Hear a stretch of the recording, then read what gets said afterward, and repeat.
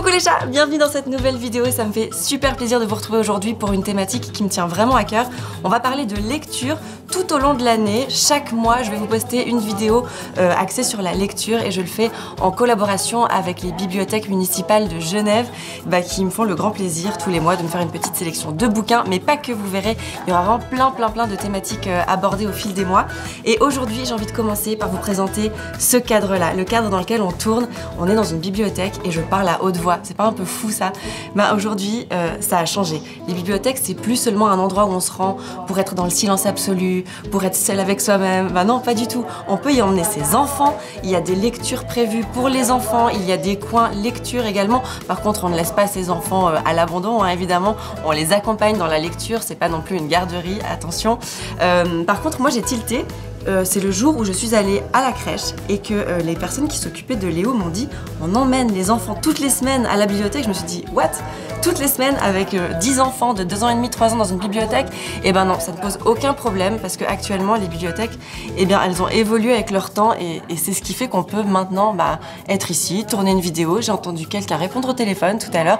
Donc voilà, c'est vachement plus vivant et c'est ce qui fait que c'est hyper sympa de s'y rendre avec des enfants. Je vais commencer par vous présenter une première sélection de livres dans le thème grandeur nature qui est le thème de l'année 2019 des bibliothèques municipales de Genève.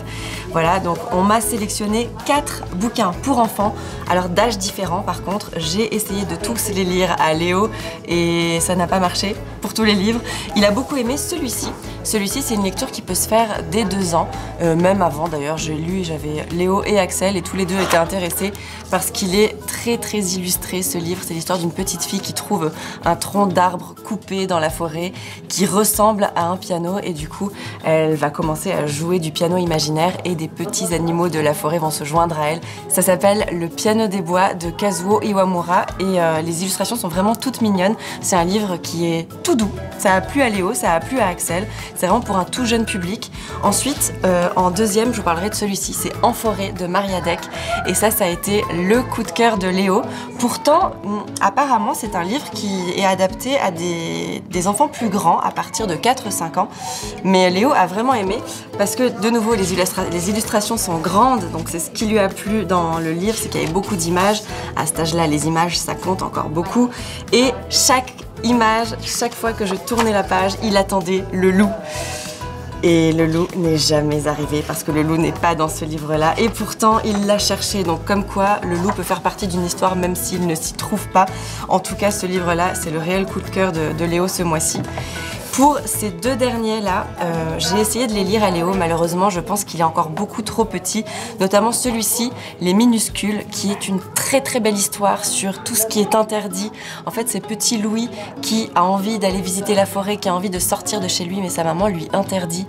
Et il va finir par faire le mur, comme on dit. Il va sortir par la fenêtre et il va aller découvrir la forêt qui entoure sa maison tout seul alors qu'il n'en avait pas le droit.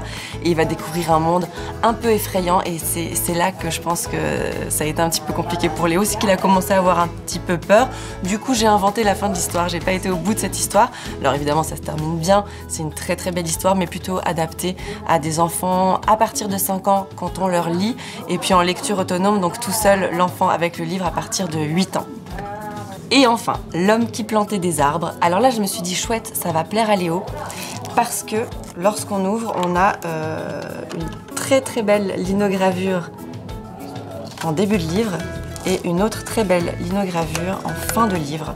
Donc je me suis dit ça va être un livre un petit peu peut-être interactif, avec des tirettes, etc.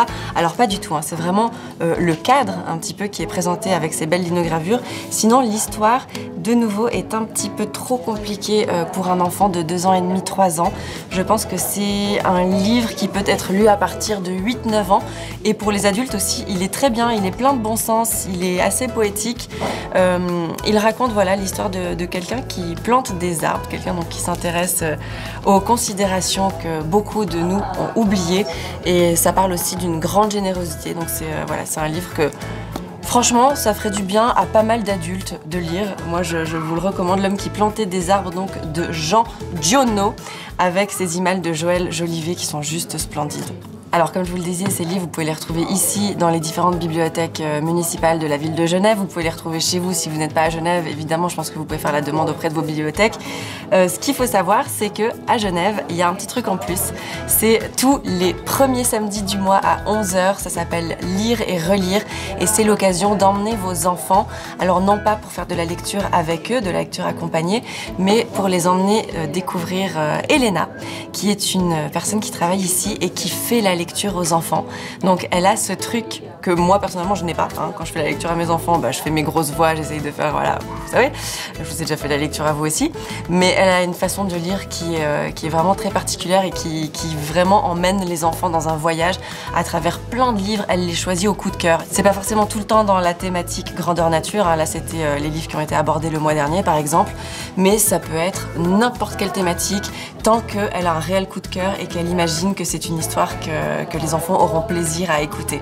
Donc ça, c'est quelque chose que vous pouvez faire très facilement. Donc les premiers samedis du mois à 11 h à la bibliothèque municipale de la Cité à Genève. Voilà les chats, je vais vous mettre toutes les informations concernant ces 4 bouquins en barre d'infos si vous avez envie de les retrouver et de les lire avec vos enfants. Donc comme je vous l'ai dit, celui-ci en forêt, c'est vraiment le coup de cœur absolu de Léo.